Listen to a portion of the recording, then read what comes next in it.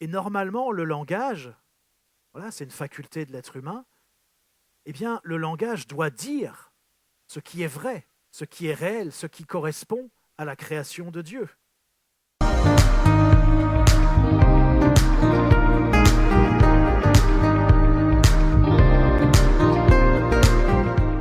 Alors bonjour à tous ceux que je n'ai pas salués, je pense que j'ai peut-être salué la moitié des personnes, et bonjour à ceux qui nous suivent aussi sur les réseaux.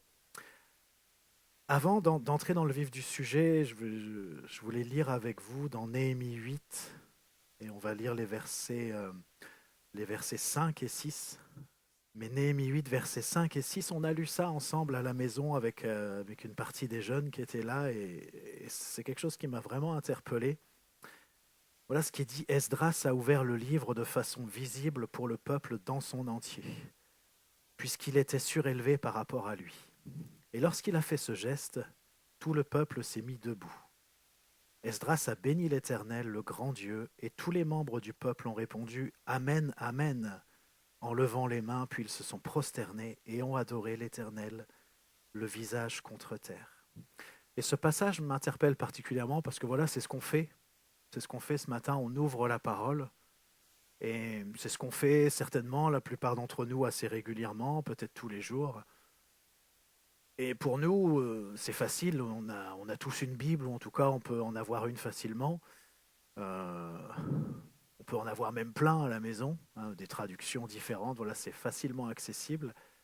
À l'époque, voilà, il n'y avait pas toute la parole de Dieu, mais il y avait cette partie de la parole. Et lorsque Esdras a ouvert la parole, eh bien, il y a quelque chose de fort qui s'est passé, c'est que le peuple s'est levé. Parce que le peuple avait conscience qu'il se passait quelque chose d'important, parce que la parole de Dieu était ouverte, parce que le livre de la loi, le livre de la vie était ouvert. Et je ne sais pas comment nous, on réagit quand on ouvre la parole de Dieu. Est-ce que c'est finalement un geste banal, une lecture habituelle comme ça, ou alors est-ce qu'on réalise que ce qu'on va lire, ce qu'on va entendre, c'est vraiment des paroles de vie. Et ça nous pousse simplement à adorer Dieu, à le remercier, à être reconnaissant rien que parce qu'il y a cette parole qui existe. Et là, il n'y avait qu'un livre, il y avait quelqu'un qui le lisait, ils étaient plusieurs à lire, plusieurs à se relayer pour lire, aussi pour donner des explications. Euh, Ça a duré depuis le matin jusqu'au milieu du jour. Je vais essayer de ne pas être aussi long. Je vais essayer. Mais vous voyez, il y avait du temps qui était consacré à la parole, à la lecture, et puis aussi aux explications. Et puis il est dit dans le texte, vous pourrez regarder ça à la maison si vous le souhaitez, Néhémie 8, il est dit qu'il y avait les hommes qui étaient rassemblés, les femmes étaient rassemblées, et tous ceux qui étaient en âge de comprendre. Et c'est ça qui est fort avec Dieu, c'est qu'il n'y a pas quelqu'un où Dieu il se dit non, non, bah, ceux-là, ils ne peuvent pas comprendre, ils sont trop loin, ils sont trop égarés. Non, non, tous ceux qui sont en âge de comprendre, c'était aussi des enfants, je ne sais pas à partir de quel âge, mais voilà, tous ceux qui sont en âge de comprendre, eh bien, ils ont accès à la parole. Et puis, on a les enfants les plus jeunes qui sont partis donc avec les monitrices, parce qu'ils ils vont aussi ouvrir le livre d'une autre manière, mais parce que pour Dieu, c'est important que chacun, quel que soit son âge, quel que soit son statut, quelle que soit sa situation, que chacun puisse accéder à la parole et puisse avoir aussi les explications dont il a besoin. C'est ça qui est dans le cœur de Dieu. Il n'y a pas quelqu'un qui peut dire non, non, moi je ne suis pas concerné, ça ne me concerne pas, je suis accepté de tout ça. C'est pas possible, ça, c'est pas dans le cœur de Dieu. Dieu, il dit à personne, c'est pas pour toi. Au contraire, c'est pour chacun d'entre nous, quel que soit son âge encore, quel que soit son statut, quelle que soit sa couleur de peau, quelle que soit sa situation, son état, c'est pour toi ce matin. Et j'étais touché par cette parole et, et de se dire, voilà, il y a cette solennité qui se dégage aussi de ce passage quand on se tourne vers la parole. Et ma prière ce matin, Seigneur, c'est que nous puissions aussi réaliser l'importance, Seigneur, encore davantage et la valeur de ta parole, Seigneur. Seigneur, c'est vrai, c'est le livre de la vie. Et c'est avec ta parole qu'on a la vie. Il n'y a pas de vie en dehors de ta parole, il n'y a pas de vie en dehors de toi, Seigneur. Et Seigneur, je prie que, oui, cette vérité descende encore dans nos cœurs. Et que, oui, on puisse retrouver cette solennité, ce sérieux lorsqu'on ouvre ta parole, Seigneur, que ce n'est pas du tout un livre comme les autres. Mais il y a la vie qui jaillit. de chaque page de ce livre, de chaque mot de ce livre, il y a la vie qui jaillit. Merci Jésus. Seigneur, je prie pour ce temps de message, Seigneur, que tu nous viennes en aide encore pour saisir ta pensée, pour saisir ta volonté, Seigneur, pour que ta parole pénètre encore notre cœur et que nous soyons nourris, que nous soyons enrichis et que ça nous guide aussi pour savoir comment aller de l'avant, comment faire, Seigneur. Merci Jésus. Le titre de mon message ce matin, c'est « Qu'est-ce qu'un homme ?» Alors les femmes vont se dire « Bon, c'est bon, on n'a pas besoin d'écouter. » Mais on va se poser la question aussi « Qu'est-ce qu'une femme ?» Et vous allez voir qu'on va se poser aussi beaucoup plus de questions que simplement « Qu'est-ce qu'un homme ?» et « Qu'est-ce qu'une femme ?» On va aborder des sujets qui sont assez larges.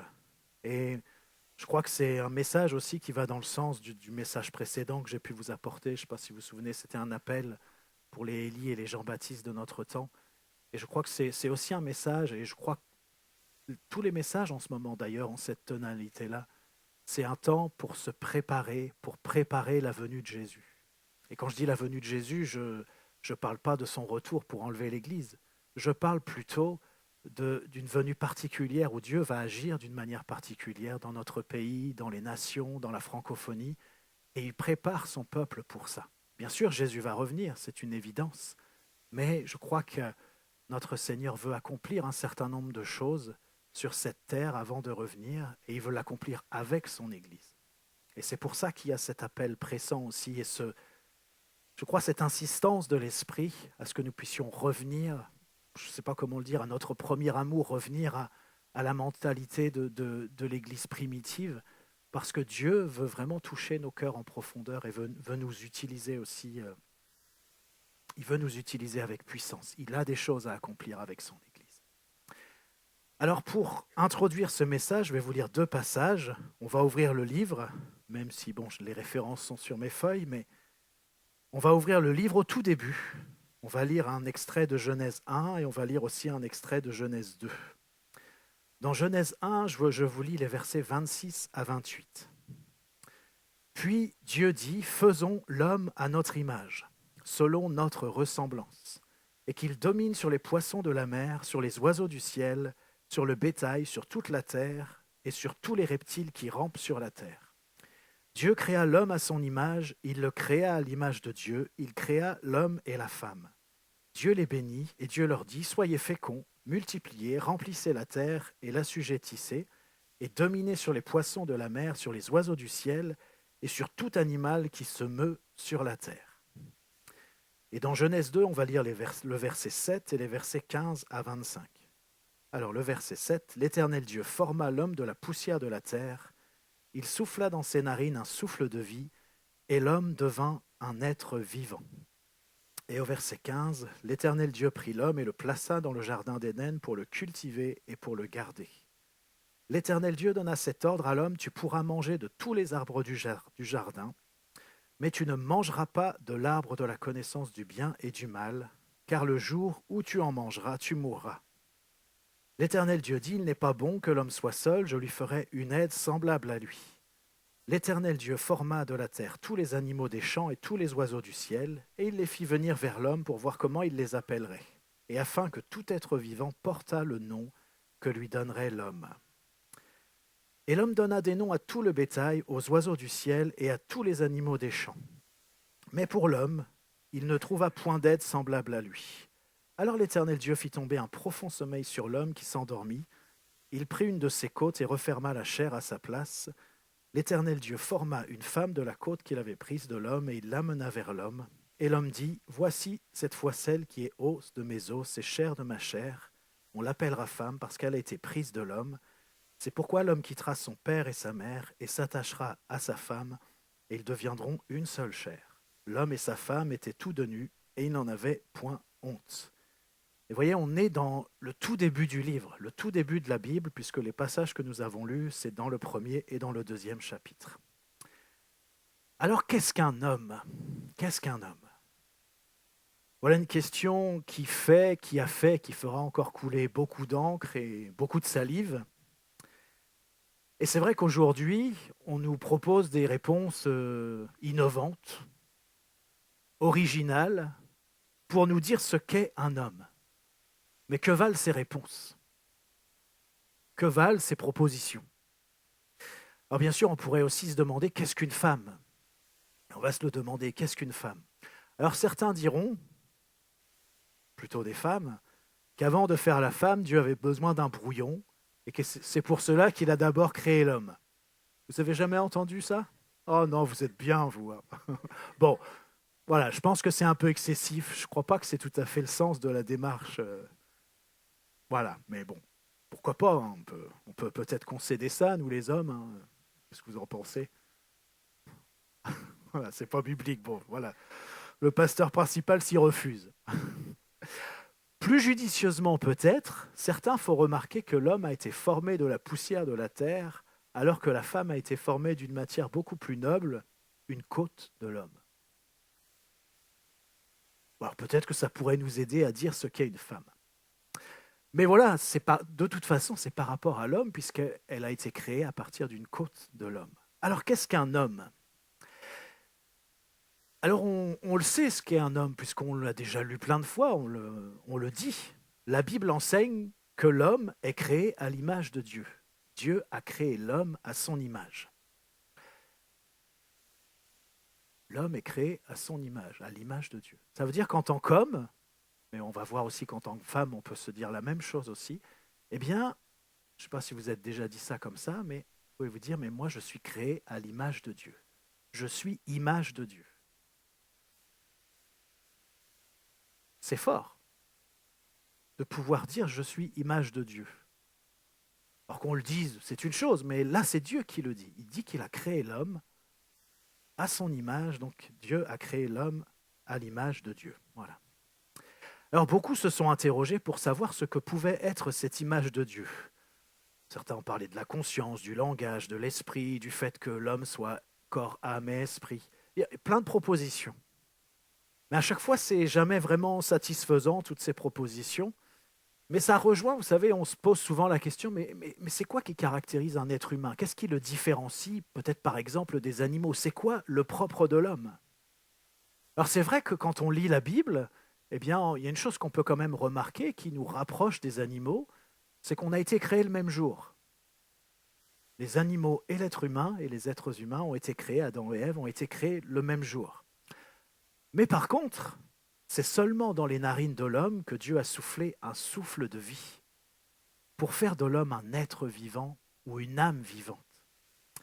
Et en plus, eh bien, Dieu a amené les animaux vers l'homme pour que l'homme puisse donner un nom aux animaux. Donc c'est l'homme qui va donner son nom aux animaux. Vous voyez que, oui, il peut y avoir une certaine proximité, on pourrait dire, voilà, on est des mammifères aussi, mais il y a une sacrée différence, c'est que l'homme donne les noms aux animaux, et c'est que Dieu souffle son souffle de vie dans l'être humain. Il ne fait pas ça dans les animaux. Alors, je crois que l'image de Dieu, elle n'est pas à rechercher dans une des caractéristiques particulières de l'être humain, mais je crois que c'est plutôt une aptitude, une capacité particulière que Dieu a donnée à l'homme, c'est celle de porter son image. Nous sommes créés à l'image de Dieu, c'est-à-dire avec cette capacité de porter l'image de Dieu. Et pour être plus précis, ce n'est pas seulement l'homme, mais c'est l'homme et la femme qui sont tous les deux porteurs de l'image de Dieu. Et c'est ensemble qu'ils portent le plus complètement, le plus précisément cette image. C'est ce que le texte nous dit. Et puis, je ne sais pas si vous avez déjà pensé à ça, mais Jésus s'est fait homme. C'est parce que l'homme était créé à l'image de Dieu qu'il y a eu aussi cette possibilité que Dieu lui-même se fasse homme. Et Jésus, eh bien, il était pleinement homme et il était pleinement Dieu. Et ça, c'est un point extrêmement important de la doctrine. Peut-être qu'aujourd'hui, ça nous parle moins, mais toutes les hérésies de l'Église primitive, mais même encore maintenant, si on cherche, si on gratte bien, si on va au fond des choses, toutes les hérésies, elles viennent du fait, c'est-à-dire toutes les erreurs, elles viennent du fait qu'on ne considère pas Jésus comme étant pleinement Dieu et pleinement homme. Et si on s'écarte du fait que Jésus soit pleinement Dieu et pleinement homme, eh bien, il y a une brèche qui s'ouvre qui va remettre à terme en question toute la parole de Dieu. C'est important d'être ferme sur la doctrine. Et si vous étudiez un peu les choses, vous verrez que dans les religions qui peuvent se rapprocher peut-être du christianisme, plus ou moins, eh bien, il y a toujours un problème avec ça. Et parfois, même dans le monde chrétien, il y a une difficulté pour considérer Jésus comme étant pleinement homme et pleinement Dieu. Mais voilà, pleinement homme. Alors, qu'est-ce que c'est qu'un homme? On a dit, il est image de Dieu. Dieu a créé l'homme à son image. Qu'est-ce que ça veut dire? Ça veut dire que pour savoir qui il est, pour savoir ce qu'est un homme, pour savoir ce que tu es en tant qu'homme, eh bien, tu dois apprendre à connaître Dieu. Puisque tu es créé à son image, plus tu vas connaître Dieu, et plus tu vas connaître aussi ce qu'est un homme et ce qu'est une femme. Et voyez, il n'y a pas de véritable connaissance de Dieu qui ne permette pas de se connaître mieux soi-même. Et il n'y a pas de connaissance de soi-même qui ne permette pas de mieux connaître Dieu. Sinon, il y a quelque chose qui est faussé. Il y a des gens comme ça qui disent « Ah oui, moi je connais Dieu, j'ai une relation avec lui ». Et on voit que c'est des personnes qui sont dans une illusion totale sur elles-mêmes. Il y a quelque chose qui ne fonctionne pas. Ça ne va pas. Il peut y avoir aussi l'inverse, des gens qui pensent se connaître très très bien, mais ils ne connaissent pas Dieu. Ça veut dire que l'essentiel les concernant leur échappe. Et voyez, c'est dans cette relation avec Dieu qu'on va apprendre, qu'on va connaître qui on est, ce qu'est un homme et ce qu'est une femme. Et je précise que ça signifie nullement qu'on est Dieu. On n'est pas Dieu. Nous, on est des créatures. Dieu est le Créateur, il nous a créés et nous sommes des créatures. Mais c'est dans cette relation entre le Créateur et la créature que la créature, l'être humain, apprend à savoir qui il est et ce qu'il est. Et ça ne signifie pas non plus qu'il faudrait s'oublier soi-même pour essayer de se fondre dans quelque chose qui soit divin ou dans un tout cosmique, comme beaucoup de religions le proposent. Vous voyez, il y a un équilibre avec la parole de Dieu. Déjà, si on s'attache au fait que Jésus, pleinement homme, pleinement Dieu, et qu'on n'est pas Dieu, et qu'il ne s'agit pas non plus de s'annihiler soi-même pour entrer en communion avec Dieu, eh bien déjà, je pense qu'on a fait le tri de 90-95% des systèmes de pensée qui sont complètement faussés. Ce qui est important, c'est que c'est dans la relation avec Dieu, dans le vis-à-vis avec Dieu, que tu vas apprendre à le connaître et à te connaître. Et c'est exactement ce qui se passe dans le Jardin d'Éden. Quand on lit le texte, ce qu'on a lu et puis d'autres passages, ce qu'on voit, c'est que Dieu et Adam se parlent. Ils communiquent entre eux. Dieu donne des explications, des directives à Adam. Il vient le rencontrer pour converser, pour échanger avec lui. Ils développent leur relation. C'est comme ça que ça se passe. C'est la relation avec Dieu qui permet de savoir qui est Dieu et qui tu es. L'homme est créé pour porter l'image de Dieu. Ça veut dire que pour savoir aussi ce qu'il doit faire, non pas seulement ce qu'il est, mais ce qu'il doit faire, eh bien, il doit aussi développer sa relation avec Dieu. Et c'est ainsi qu'il pourra savoir, en tant que créature, comment porter au mieux cette image de Dieu, comment manifester au mieux, comment apprendre à manifester Dieu au travers de sa vie. Mais si il n'y a pas ce développement de la relation, s'il n'y a pas cet approfondissement de la relation, eh bien non seulement tu passes à côté de qui est Dieu, mais tu passes aussi à côté de qui tu es, et tu passes à côté de ce que tu dois faire, de ce que tu dois accomplir. Tu passes à côté de ta vocation principale, qui est le fait que tu es porteur de l'image de Dieu et que tu es appelé à manifester Dieu. Une chose qui est intéressante, c'est que dès le début de la Bible, on voit que dès le Jardin d'Éden, il y a un projet de Dieu, et le projet de Dieu, c'est la famille. Ce projet-là, il est déjà dans le cœur de Dieu. Et vous voyez, Dieu, non seulement il a un projet dans son cœur, mais il le concrétise, parce qu'il va créer Ève, qui va être la femme d'Adam. Et elle est aussi image de Dieu. Et Adam lui-même va la reconnaître comme étant son vis-à-vis, os de ses os, chair de sa chair. Et puis il nous est dit, les deux deviendront une seule chair. Et c'est là que Chanterelle a dit Amen, parce que les enfants ne sont pas loin. C'est ça le projet de Dieu. C'est aussi ça. Et vous voyez, ça permet de souligner quelque chose qui est important. C'est que Dieu, il ne nous demande pas une relation exclusive. Pas du tout. Par contre, ce qu'il demande, c'est que la relation première, eh bien, ce soit avec lui. Mais le projet de Dieu, la famille, ça implique que tu as des relations avec d'autres personnes, à commencer par ta famille, ton conjoint, tes enfants éventuellement. Ça implique que tu as des relations avec beaucoup de personnes. Et porter l'image de Dieu, eh bien, c'est avoir une relation forte avec Dieu, mais c'est aussi avoir une relation avec d'autres. C'est pas être isolé, c'est pas être dans un coin tout seul. Et le projet de Dieu, la famille, eh bien, témoigne de cela. Et Dieu, eh bien, il nous encourage à développer des relations avec, bien sûr, les membres de notre famille, mais avec ceux qui sont autour de nous, parce que c'est le sens aussi de ce qu'il a fait. Et d'ailleurs, on peut souligner aussi que la relation avec Dieu, elle implique aussi d'être en relation avec tout ce qu'il a créé. Le jardin, eh bien, il doit être gardé et cultivé. Les animaux, ils doivent être nommés et dominés. La terre, elle doit être remplie et gouvernée. C'est ça le mandat que Dieu donne, de remplir la terre et de gouverner sur la terre. Alors, imaginons un instant qu'on enlève Dieu de l'équation. Imaginons qu'on ne puisse plus s'appuyer sur Dieu pour dire ce qu'est un homme. Qui pourra alors nous dire ce qu'est un être humain? S'il n'est pas image de Dieu, alors qu'est-il?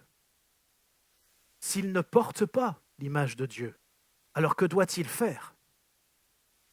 Être fécond et remplir la terre, est-ce que c'est toujours un projet d'actualité? Le projet famille, puisqu'il est un projet de Dieu, est-ce qu'il faudrait l'abandonner? Est-ce qu'il faut encore dominer les animaux? Et si oui, comment? Est-ce qu'il faut encore gouverner la terre? Et si oui, comment? Et puis peut-être surtout pourquoi? Qui va bien pouvoir proposer, assumer des réponses à ces questions? Sur quelle base, sur quel fondement, avec quelle référence, avec quelle pertinence? Est-ce que l'homme pourrait être son propre créateur? Peut-être dit comme ça, on sent qu'il y a quelque chose d'absurde. Est-ce que l'homme aurait créé l'univers? Précède-t-il l'univers ou le découvre-t-il lorsqu'il advient au monde? Lorsque vous êtes arrivé sur cette planète? Est-ce que c'est vous qui avez tout créé, ou le premier homme? Est-ce que c'est lui qui a tout créé? Ou alors il a découvert ce qui avait déjà été créé à l'avance pour lui? Et l'univers a-t-il lui-même toujours existé? Est-il éternel, cet univers? C'est une autre manière de dire qu'il serait Dieu. Est-il Dieu? Est-il créateur, l'univers? Vous savez, il n'y a que deux possibilités. Et je veux bien discuter avec vous si vous pensez qu'il peut y en avoir d'autres. Mais il n'y a que deux possibilités.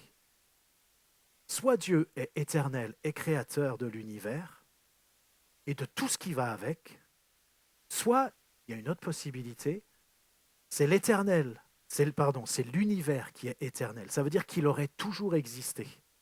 Et ça serait l'univers lui-même qui serait créateur.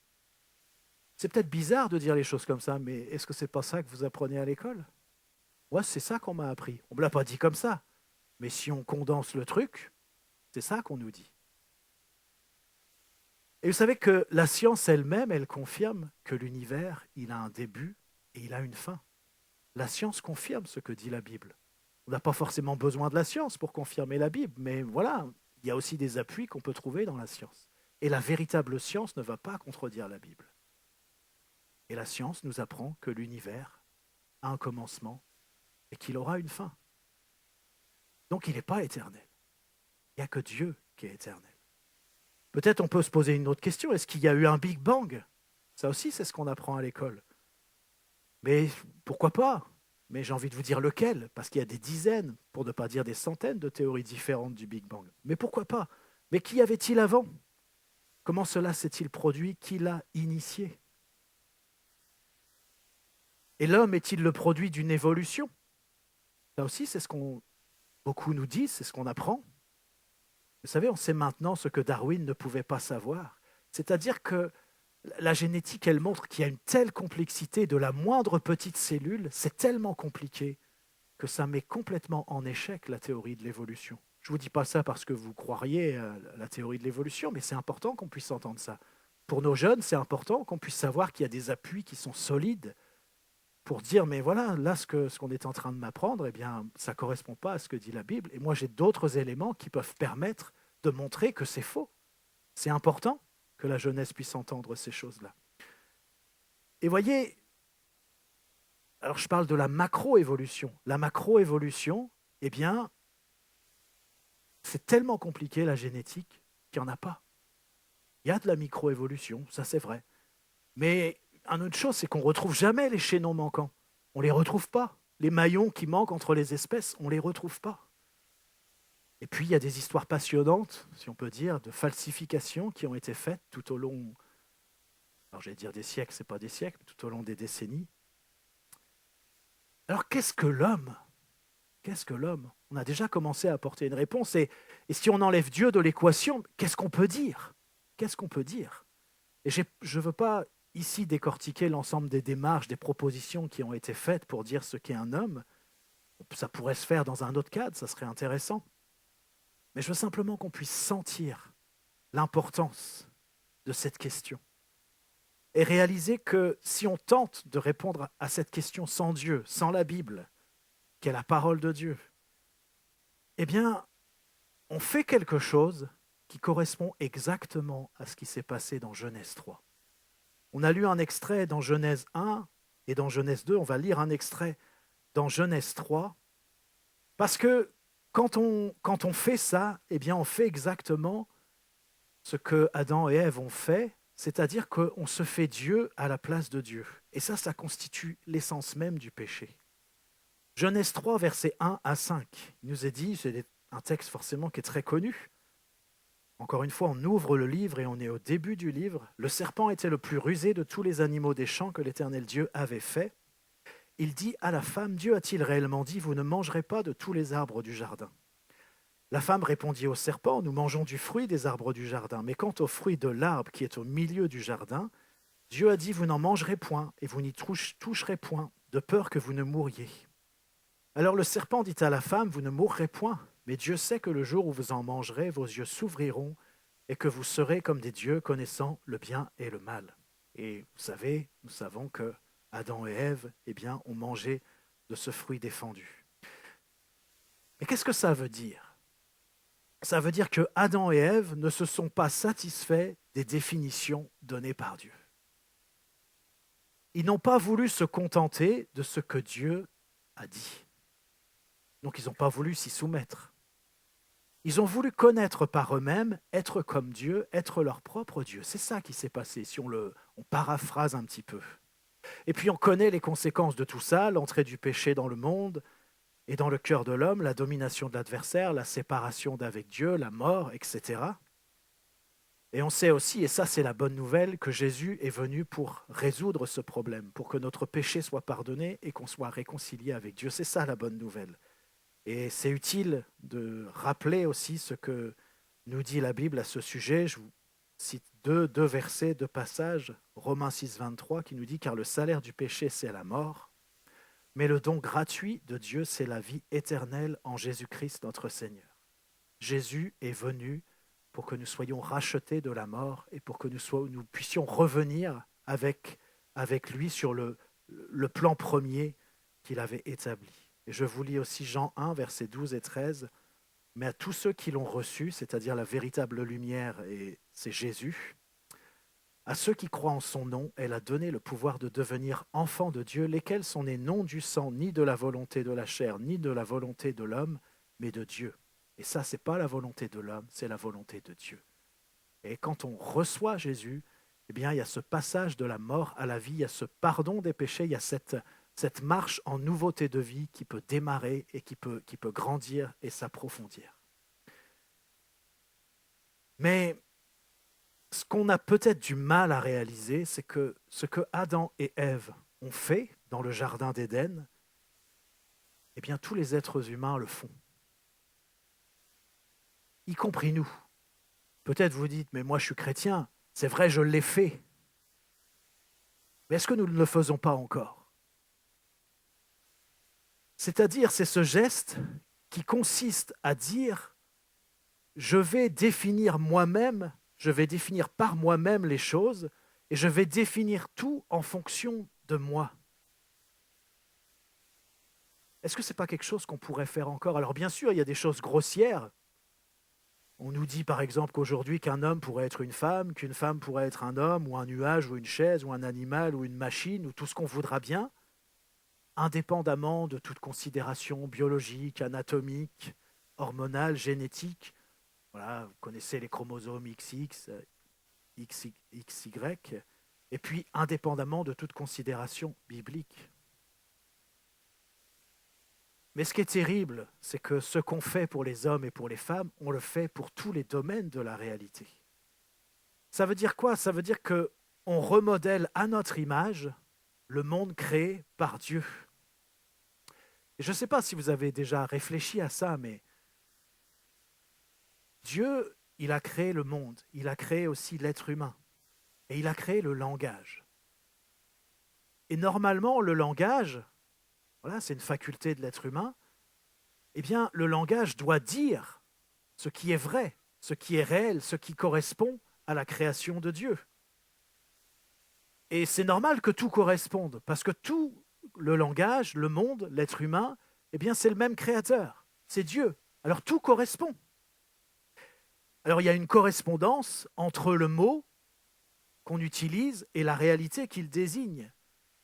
Mais le langage, c'est quelque chose de particulier, c'est que on peut aussi se l'approprier et puis on peut utiliser des mots pour désigner des réalités qui ne sont pas. C'est-à-dire on peut changer la correspondance entre le mot et la réalité. Et quand on fait ça, je vais vous donner des exemples après, mais quand on fait ça, eh bien, c'est comme si on créait un autre monde. Mais un monde qui est mensonger, un monde qui est illusoire, un monde qui est passager, un monde qui n'a aucune consistance. Mais pourtant, on pourrait vivre quand même dans ce monde. Un monde, par exemple, où une femme ne serait pas une femme, un homme ne serait pas un homme pourrait être une femme pourrait être un homme, et plein d'autres choses.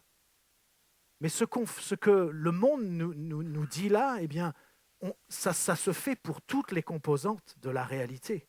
Alors bien sûr, Dieu, il a donné la capacité à l'être humain d'être aussi à sa façon créateur avec un petit c. Il y a les inventions, par exemple les inventions technologiques, il y a les espèces de fleurs nouvelles qui sont, enfin, espèce, c'est pas le bon mot, mais enfin, vous me comprenez, des fleurs nouvelles, et on fait des croisements, tout ça, on fait des trucs intéressants. Il y a des choses nouvelles qui apparaissent. Et Dieu a donné à l'être humain bien cette capacité de pouvoir nommer aussi les choses nouvelles qu'il va lui-même créer en partant de ce que Dieu a fait.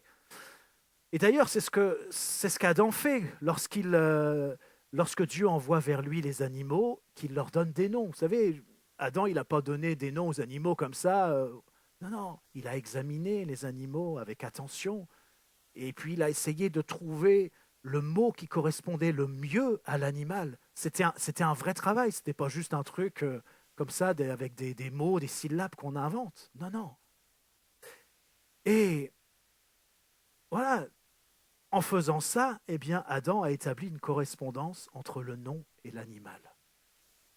Il a établi une correspondance entre une partie du langage qui désignait un animal. Et ça fonctionne comme ça. C'est-à-dire qu'on normalement, quand on parle, quand on ouvre la bouche, eh bien, on doit dire ce qui est vrai. On doit dire ce qui correspond à la réalité. Si on dit autre chose, eh bien, on dit quelque chose qui est faux. On dit quelque chose qui n'a pas de consistance. Mais il y a quand même cette capacité de l'être humain, avec les mots, avec le langage, de créer des réalités faussées. Ça veut dire qu'à chaque fois qu'on parle, on a cette possibilité soit de dire le vrai, et ça c'est bon, ça correspond au monde que Dieu a créé, soit de dire des choses qui sont fausses. Et ça c'est mauvais, parce que ça veut dire qu'après on vit dans une réalité mensongère. Alors la question qui se pose, bien c'est comment est-ce qu'on utilise le langage? Est-ce qu'on utilise le langage pour dire le vrai, ou est-ce qu'on utilise le langage pour dire autre chose que le vrai? Peut-être pour que ça soit plus compréhensible, imaginez maintenant un monde où les girafes sont des lions, où les éléphants sont des souris. Ça pourrait avoir certaines conséquences, je vous laisse y réfléchir. Mais imaginez maintenant un monde où dans une famille, il n'y a pas d'hommes ou pas de femmes. Une famille où il y a 2 hommes, où il y a 2 femmes. Imaginez un monde où tuer, ce n'est plus tuer, mais c'est faire preuve de compassion en aidant à mourir. C'est une question d'actualité. Imaginez un monde où on appelle l'art ce qui est moche et ce qui est laid. Imaginez un monde où l'argent ne désigne pas un but, ne désigne pas un but, mais désigne un moyen. C'est quelque chose qu'il faut atteindre, au lieu de quelque chose qu'on devrait utiliser. Imaginez un monde où l'on dit que tout est matière et qu'il n'y a pas d'esprit. Vous allez me dire, bon, avec ces exemples-là, on se porte bien, on n'est pas trop concerné, peut-être. Je vous en propose d'autres. Imaginez un monde où on n'est plus sauvé par la grâce, mais par les œuvres, c'est-à-dire un monde où on appelle œuvre la grâce. Imaginez un monde où on appelle Seigneur, le Seigneur des Seigneurs, mais c'est quelqu'un qui parle sans qu'on lui obéisse ou même qu'on prête une attention soutenue à ce qu'il dit. Vous voyez, ça doit être très déroutant. Imaginez quelqu'un qui nous observe. Voilà. Quelqu'un qui serait là, qui nous observerait, il nous entendrait dire « Jésus est Seigneur ». Et puis, quand Jésus parle, on ne fait pas vraiment cas de ce qu'il nous dit, ou on n'a pas une attention soutenue, et même on n'obéit pas. Bon, c'est ce que Adam et Ève ont fait, hein, mais c'est ce qu'on fait aussi. Imaginez un monde où l'Église, qui est la colonne et l'appui de la vérité, ne se soucie plus de dire la vérité dans des domaines tels que les arts, la politique, la philosophie, l'économie, l'éducation ou n'importe quel autre domaine. Et peut-être même, imaginez pire, un monde où l'Église ne sait plus ce qu'est la vérité dans ces différents domaines ou dans tous les domaines que Dieu a créés, puisqu'il est le créateur de tout et qu'il est le Seigneur de tout. Et c'est fort ce passage où c'est Paul, lorsqu'il écrit à Timothée, Timothée 3, verset 15, il dit « L'Église est la colonne et l'appui de la vérité ». Peut-être il faut préciser que l'Église, ce n'est pas elle qui détermine ce qu'est la vérité, ce n'est pas elle qui décide ce qu'est la vérité. La vérité précède l'Église. Par contre, l'Église est un appui pour la vérité, c'est-à-dire qu'elle a cette charge de transmettre, de dire ce qu'est la vérité. Elle a cette charge de manifester ce qu'est la vérité. Je dis ça parce que parfois on confond les choses et que certaines églises se sentent investies de cette responsabilité de dire la vérité. Mais non, la vérité, elle préexiste à l'Église. Maintenant, imaginez un monde où on appelle bien ce qui est mal et mal ce qui est bien. Est-ce que ce serait possible que dans l'Église on fasse ça aussi? Ésaïe 5, versets 20 et 21 nous dit « Malheur à ceux qui appellent le mal bien et le bien mal, qui changent les ténèbres en lumière et la lumière en ténèbres, qui changent l'amertume en douceur et la douceur en amertume. Malheur à ceux qui sont sages à leurs yeux et qui se croient intelligents. » C'est une autre manière de dire malheur à ceux qui prétendent pouvoir définir par eux-mêmes les choses, qui prétendent pouvoir dire ce qui est vrai en s'appuyant sur eux-mêmes. Et Jean 8, versets 43 à 45, c'est Jésus qui parle, il dit « Mais pourquoi ne comprenez-vous pas mon langage? Parce que vous ne pouvez écouter ma parole. Vous avez pour père le diable et vous voulez accomplir les désirs de votre père. Il a été meurtrier dès le commencement et il ne se tient pas dans la vérité, parce qu'il n'y a pas de vérité en lui. Lorsqu'il profère le mensonge, il parle de son propre fond, car il est menteur et le père du mensonge.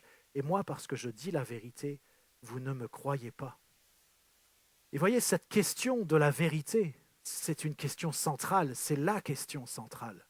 Parce qu'on sait aussi que la vérité, notre Dieu est un Dieu de vérité. La vérité, c'est la parole de Dieu. Jésus est aussi la parole faite chair. Il est la vérité, il le dira lui-même. Et l'Esprit de Dieu est un esprit de vérité. La vérité, c'est une question centrale. Chaque fois qu'on s'accorde avec la vérité, eh bien, on s'accorde avec Dieu. Chaque fois qu'on s'écarte de la vérité, eh bien, il y a une dissonance, il y a un désaccord qui se fait avec Dieu et avec le monde qu'il a créé et avec la volonté qu'il souhaite que nous puissions accomplir. Et la question qui pourrait se poser, c'est est-ce qu'on peut encore supporter la vérité? Vous voyez, du temps de Jésus, eh bien, pourtant c'était son peuple, pourtant c'était des gens instruits, ils n'arrivaient pas à supporter la vérité qui leur était dit. Est-ce que ça serait possible que pour nous aussi, dans certains domaines, la vérité nous soit insupportable?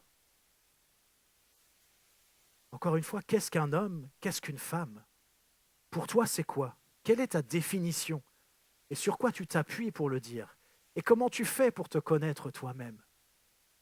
Si ce n'est pas dans la relation avec Dieu, si ce n'est pas en t'approchant de Dieu, si ce n'est pas en construisant quelque chose avec lui. Après, on peut se poser Plein de questions. Qu'est-ce qu'une famille? Qu'est-ce qu'une église? Qu'est-ce que le monde? Qu'est-ce que la politique? Qu'est-ce que le beau? Qu'est-ce que l'amour? Qu'est-ce que la compassion? Qu'est-ce que le témoignage? Qu'est-ce que la vérité? Mais où est-ce qu'on va trouver les réponses à ces questions? Où est-ce qu'on va trouver les réponses à toutes les questions? Encore une fois, quelles sont nos définitions? Où est-ce qu'on les puise? Dans quel monde est-ce qu'on vit? Si je t'écoute parler, si j'écoute ton langage, ou si j'écoute mon langage, si tu écoutes mon langage, est-ce que tu vas en apprendre plus sur la vérité ou est-ce que ça va t'écarter de la vérité? Où est-ce que tu en es? Où est-ce que nous en sommes concernant notre relation avec Dieu? Nous qui sommes créés à l'image de Dieu. Est-ce qu'on le connaît de mieux en mieux? Est-ce qu'on se connaît nous-mêmes de mieux en mieux? C'est-à-dire, ça veut dire aussi, est-ce qu'on comprend de mieux en mieux ce que c'est que le péché, ce que c'est que la chute, ce que c'est que la grâce de Dieu, ce que c'est que la rédemption? Est-ce que c'est aussi quelque chose, ça s'approfondit en nous chaque jour davantage? Est-ce qu'on sait ce que c'est que la rédemption?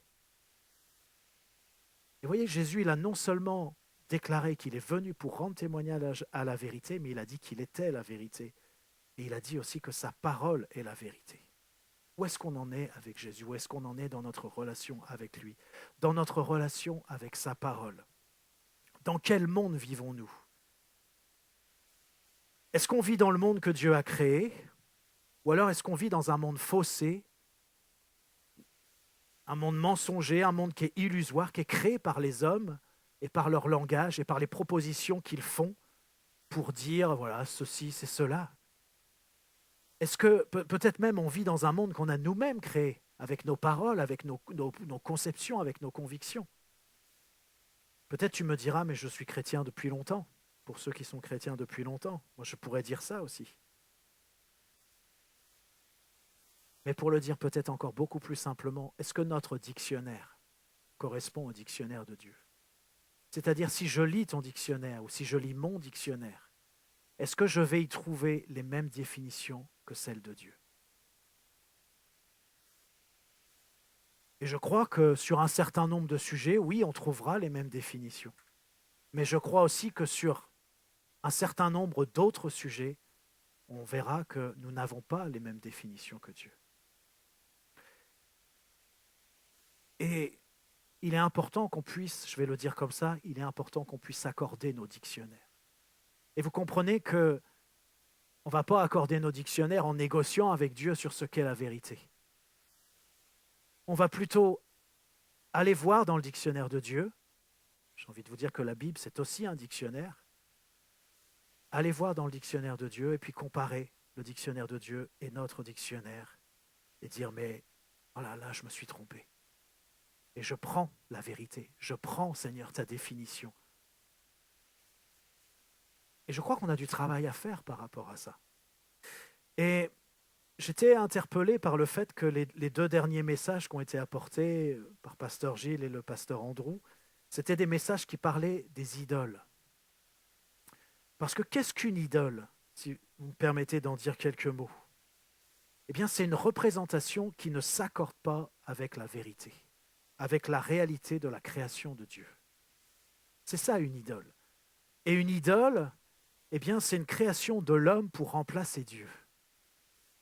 Exode 32, verset 8 nous dit « Ils se sont promptement écartés de la voie que je leur avais prescrite, ils se sont fait un veau en fonte. Ils se sont prosternés devant lui, ils ont offert des sacrifices et ils ont dit « Israël, voici ton Dieu qui t'a fait sortir du pays d'Égypte. » Et parfois on lit ça, on se dit « Mais comment c'est possible qu'un truc pareil puisse arriver ?» Mais dans leur idée, ils faisaient vraiment une représentation de Dieu, du vrai Dieu. Mais vous comprenez que Dieu avait interdit ça. Ça ne pouvait pas se faire comme ça. Et du coup, il y a un travestissement de la réalité. Il y a quelque chose qui est brisé par rapport au monde que Dieu a créé, par rapport à la vérité. Et je vous lis aussi, parce que vous voyez, cette histoire d'idole, c'est une manière mensongère de revisiter ce qui s'est véritablement passé. Ce qui s'est véritablement passé, c'est que Dieu a sauvé son peuple de l'esclavage et qu'il l'a guidé pour pouvoir entrer dans le pays promis. Et voilà que maintenant le peuple se fait une représentation de Dieu pour dire, voilà, c'est ce veau-là qui nous en a tirés. C'est choquant. Mais on est exactement dans la même logique où on va utiliser le langage pour dire quelque chose qui n'est pas. C'est ça la logique qui est à l'œuvre. C'est la même logique que lorsque nous, on utilise des mots pour désigner des choses qui ne sont pas. Lorsque notre manière de parler ne correspond pas à ce que la Bible dit. Lorsque nos définitions ne correspondent pas à ce que la Bible dit. Et j'ai envie de vous dire, c'est normal, on avance, on progresse. Mais lorsque Dieu nous montre ou nous demande quelque chose, et que finalement on continue à se déterminer par nous-mêmes, en s'appuyant sur nous-mêmes pour dire, voilà, ceci c'est bien, ça c'est pas bien, ça faudrait... On est en train de faire ce qui s'est passé dans le Jardin d'Éden. Exactement. C'est le même geste, c'est la même démarche. Et alors je vous lis aussi Psaume 145, versets 4 à 8, qui parle des idoles. Leurs idoles sont de l'argent et de l'or, elles sont l'ouvrage de la main des hommes. Elles ont une bouche et ne parlent point, elles ont des yeux et ne voient point. Elles ont des oreilles et n'entendent point, elles ont un nez et ne sentent point, elles ont des mains et ne touchent point, des pieds et ne marchent point. Elles ne produisent aucun son dans leur gosier. Ils leur ressemblent ceux qui les fabriquent, tous ceux qui se confient en elles. Vous voyez, ce texte, il est déroutant parce que ce que ça nous dit déjà, pour être clair, c'est que l'idole, c'est une création de l'homme. Et a priori, elle n'est rien. Elle a une bouche, mais elle ne parle pas. Elle a un nez, mais elle ne sent pas. Elle a des mains, mais elle ne touche pas, etc., etc. Mais pourtant, il nous est dit aussi que c'est une création de l'homme à laquelle il finit par ressembler. C'est ce qu'il est dit, il leur ressemble ceux qui les fabriquent. C'est-à-dire que l'homme qui crée l'idole va devenir comme l'idole. L'homme qui crée l'idole va devenir comme l'idole. Qu'est-ce que ça signifie? Ça veut dire que dans ce processus de la création de l'idole, eh bien, il y a une entité spirituelle ou un principe spirituel qui va s'infiltrer, qui va s'insinuer et qui va pervertir toute la réalité dans laquelle le créateur et l'adorateur de l'idole évoluent. Et ça va lui-même l'enfermer dans cette réalité-là. Simplement, je vais le dire comme ça, simplement parce qu'il y a une création d'idole et qu'on a dit, alors ça peut prendre des formes différentes, mais on a dit, voilà, cette idole est Dieu. On a utilisé un mot pour désigner quelque chose que ça n'est pas. Eh bien ça suffit pour transformer le monde, pour vivre dans un monde qui est un monde mensonger. Parce que lorsqu'on donne eh bien, cette place prépondérante à l'idole, eh bien c'est cette idole qui détermine tout, toute la manière dont ça va se passer pour toi, toute la manière dont ton monde est conçu. Et c'est étrange, parce que, encore une fois, c'est l'homme qui a créé l'idole. Ça veut dire que l'homme va créer quelque chose, c'est lui qui est le créateur de cette chose, mais cette chose va aussi l'enfermer, l'enfermer dans un monde qui n'est pas le vrai monde, et qui est un monde qui va faire obstacle au monde de Dieu. Et vous voyez que toutes les fois où justement on crée une idole, eh bien, c'est comme si on se déconnectait du monde que Dieu a créé. Et vous savez comme moi que les idoles, avant d'être faites éventuellement de pierre ou de métaux, elles sont d'abord dans la tête, dans l'imagination, dans les pensées. Quand je dis dans la tête, il faudrait plutôt dire dans le cœur. Ça, vous voyez, ça aussi, c'est un problème de dictionnaire. Qu'est-ce que nous désignons comme tête et qu'est-ce que la Bible désigne comme tête et qu'est-ce que nous désignons comme cœur et qu'est-ce que la Bible désigne comme cœur? C'est un très grand sujet, mais je ferme cette parenthèse. Mais vous voyez, eh bien, il y a cette... si on n'est plus avec les bons mots, avec le bon langage, la bonne désignation, eh bien, on se retrouve dans quelque chose qui n'est pas ce que Dieu a fait, qui ne correspond pas à la création de Dieu et qui ne correspond pas à la volonté de Dieu. Et bien sûr, on sait qu'il y a un adversaire qui s'infiltre dans tout ça et qui vient pervertir le monde pour essayer de le façonner à son image, à sa convenance. Mais tout ça, vous voyez, tout ça, c'est passager, c'est temporaire, c'est illusoire, ça n'existe pas. Dans le sens où ça ne demeurera pas. Mais par contre, si je reste avec ces idoles, si je reste avec ces fausses définitions, ces définitions faussées, eh bien, je suis enfermé dans quelque chose que Dieu n'a jamais voulu pour moi. Deutéronome 5, verset 7 nous dit « Tu n'auras point d'autre Dieu devant ma face, tu ne te feras point d'image taillée, de représentation quelconque des choses qui sont en haut dans les cieux, qui sont en bas sur la terre, et qui sont dans les eaux plus bas que la terre. Tu ne te prosterneras point devant elles, et tu ne les serviras point. » Et peut-être j'ouvre une petite parenthèse pour dire que moi, je suis assez inquiet quand je vois même très inquiet quand je vois la manière dont on utilise l'intelligence artificielle parce qu'elle a toutes les caractéristiques pour devenir l'idole ultime. Et j'ai envie de vous dire, en plus, elle parle. C'est-à-dire que dans le verset que je vous ai lu, il est question, voilà, ils ont des yeux mais ils ne voient pas, une bouche mais ils ne parlent pas. Mais là, l'intelligence artificielle, en plus, elle parle. Mais j'aimerais attirer votre attention, c'est un grand sujet, il y aurait énormément de choses à dire sur ce sujet-là. Mais l'intelligence artificielle utilise le langage sans avoir aucun contact avec la réalité. C'est-à-dire sans avoir aucun contact direct avec la réalité. Oui, des contacts indirects, mais aucun contact direct.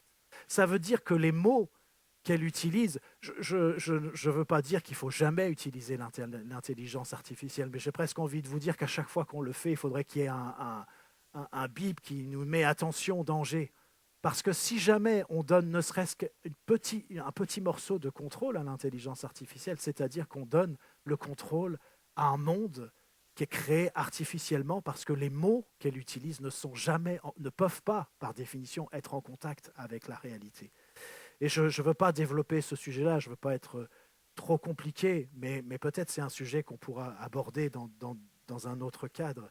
Mais je crois que c'est quelque chose auquel il faut vraiment être, un domaine sur lequel il faut vraiment être vigilant. Et voyez, j'arrive bientôt à la fin de ce que je veux partager avec vous. Vous voyez, dans ce passage d'Éphésiens 4, versets 11 à 15, il est question des ministères que Dieu a donnés. Et puis, il est dit que c'est pour l'édification du corps de Christ, jusqu'à ce qu'on parvienne à l'unité de la foi, à la connaissance du Fils de Dieu, à l'état d'homme fait, à la mesure de la stature parfaite de Christ. Et il est dit, afin que nous ne soyons plus des enfants flottants et emportés à tout vent de doctrine par la tromperie des hommes, par leur ruse, dans les moyens de séduction. Et voyez, si on n'est pas assuré, si on n'est pas affirmé sur nos définitions, si on n'a pas une connaissance qui s'approfondit de qui est Dieu et de ce qu'est le monde créé par Dieu, eh bien on sera toujours embarqué par telle ou telle idéologie, telle ou telle idée qui semble séduisante, qui nous trompe, et on ne repérera même pas les erreurs qui parfois sont grossières, mais on ne les verra pas. Et voyez, ce qui est la clé, enfin, c'est pas la clé, mais ce qui est à la fin de ce passage, il nous est dit, mais que professant la vérité dans la charité, nous croissions à tous égards en celui qui est le chef Christ. Il nous appartient de dire ce qu'est la vérité, de professer la vérité. Et ça, c'est le moyen par lequel nous grandissons dans la connaissance. Et c'est dans la connaissance de Dieu avant tout, dans la connaissance de Jésus. Et il nous est bien précisé, c'est lui le chef. C'est lui le chef. C'est Christ le chef. C'est lui le Seigneur. C'est lui qui dit. C'est lui le Créateur. C'est lui le Rédempteur.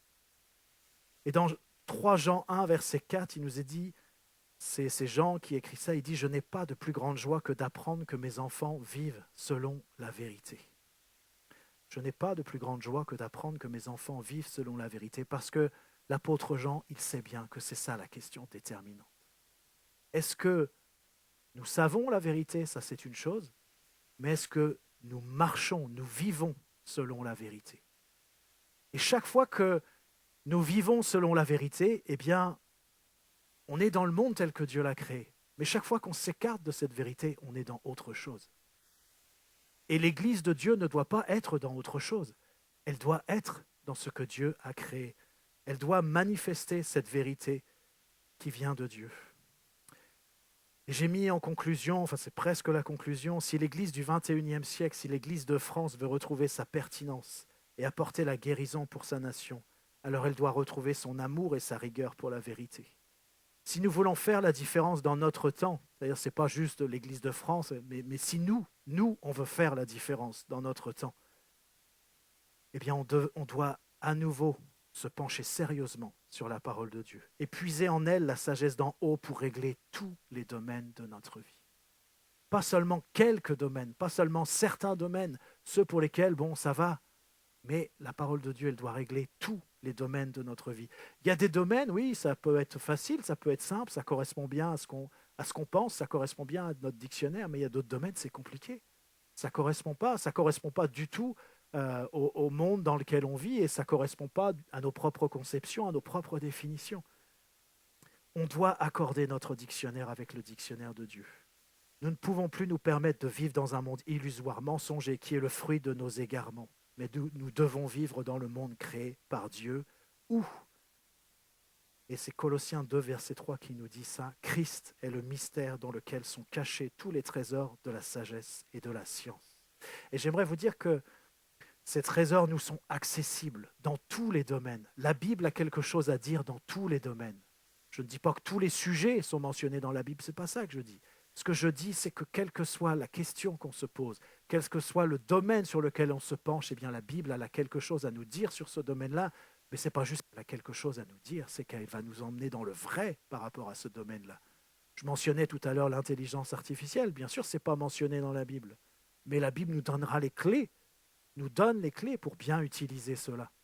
Elle nous donne les clés pour comprendre de quoi il s'agit. Je cite ça comme exemple, mais quel que soit le sujet, eh bien, la Bible nous donne les clés. Et j'ai envie d'affirmer encore qu'en Christ sont cachés tous les trésors de la sagesse et de la science, mais ils ne sont pas cachés pour qu'ils soient inaccessibles. Ils sont cachés pour qu'on puisse aller les chercher en Christ. On va chercher tous ces trésors-là. Et vous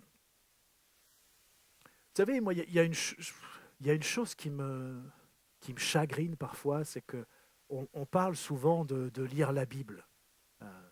Bien sûr, lire la Bible, c'est bien. On dit, est-ce que tu as lu ta Bible?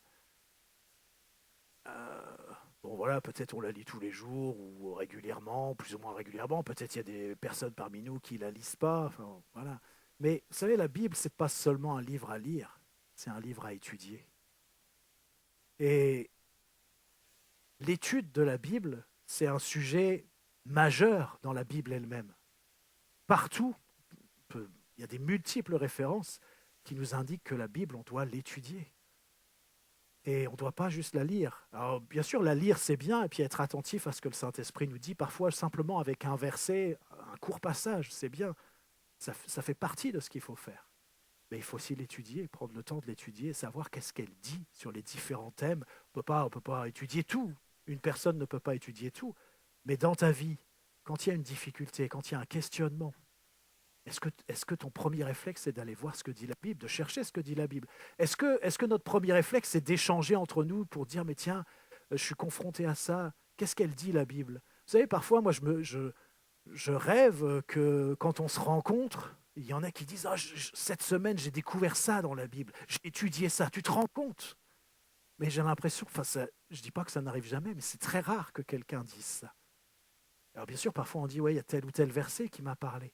Mais il y a des choses qui sont tellement beaux, tellement profondes, tellement intenses, que on a besoin, chacun pour notre part, chacun pour ce qui correspond à ce que Dieu nous demande, on a besoin d'étudier la parole en profondeur. La lire, c'est bien, mais ce n'est pas suffisant. On doit étudier la parole, et bien sûr, d'autres peuvent nous aider à étudier, mais on doit aussi avoir cette curiosité de chercher par nous-mêmes, parce que c'est ce que la Bible elle-même nous demande de faire. Ce n'est pas parce que moi je vous le dis ou que quelqu'un d'autre le dit, mais c'est parce que la Bible elle-même nous demande, c'est que quand on l'ouvre, elle nous dit, mais étudie-moi, étudie-moi, étudie-moi. Il y a plein de versets qui disent ça. Et la sagesse, eh bien, elle vient aussi avec l'étude, pas seulement avec l'étude, mais aussi avec l'étude de la parole de vie, cette parole qui a créé le monde. Et je vais juste terminer avec ce verset, Jean 4, versets 23 et 24. Mais l'heure vient et elle est déjà venue où les vrais adorateurs adoreront le Père en esprit et en vérité. Car ce sont là les adorateurs que le Père demande. Dieu est esprit et il faut que ceux qui l'adorent en esprit et en vérité. Et ça me frappe, vous voyez, cette notion d'adorateur en esprit et en vérité. Parce que je vais le dire comme ça, je me demande si les difficultés que nous pouvons avoir à adorer notre Dieu ne viennent pas tout simplement du fait que nous connaissons si mal la vérité. Et alors que nous sommes là pour adorer Dieu en esprit et en vérité, eh bien, on a perdu parfois le sens des mots qu'on chante, des mots qu'on entend, des mots qu'on lit, parce qu'il faut qu'on s'arrête pour comprendre de manière intense, parce que la parole de Dieu, elle est vivante. Je disais à un de mes collègues de travail, qui n'est pas chrétien, mais je lui dis alors, est-ce que tu t'es enfin décidé à lire la Bible? Et puis il me dit, oh la Bible, enfin bref, il m'a fait tout un petit laïus, mais je lui dis, mais il faut que tu laisses sa chance à la Bible, parce que la Bible, c'est la parole de vie. Sais-tu ce qui peut simplement se passer quand tu l'ouvres et quand tu commences à la lire? Parce que cette parole, elle est vivante. Et c'est comme ce qui s'est passé dans Néhémie. Il faut qu'on ouvre à nouveau la parole et qu'on découvre, qu'on redécouvre ce qui est écrit. Parce que c'est juste extraordinaire ce qui est écrit dans tous les domaines. Mais si seulement on s'y arrête, si seulement on étudie, si seulement... Vous savez, moi, je suis souvent frappé, je connais rien du grec et de l'hébreu.